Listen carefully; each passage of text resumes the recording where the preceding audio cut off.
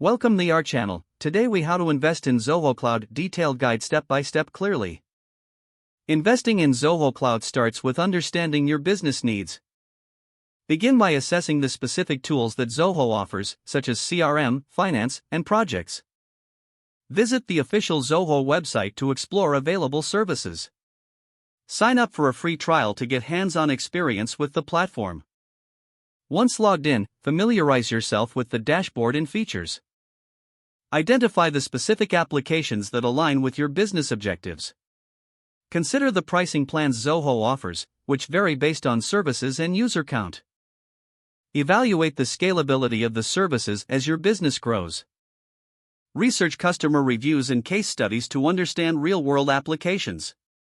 Engage with Zoho's customer support to clarify any doubts you might have. Create a detailed budget to account for the costs associated with the tools you plan to use.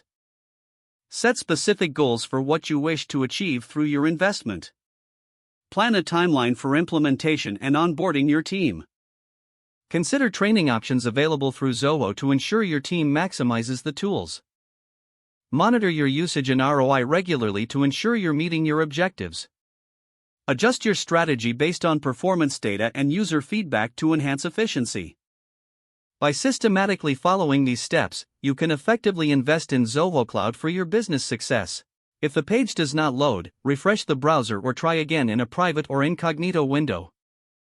Make sure you are using the correct email address, then retype it carefully to avoid small typos. If your password is not accepted, use the reset option and create a new strong password you can remember.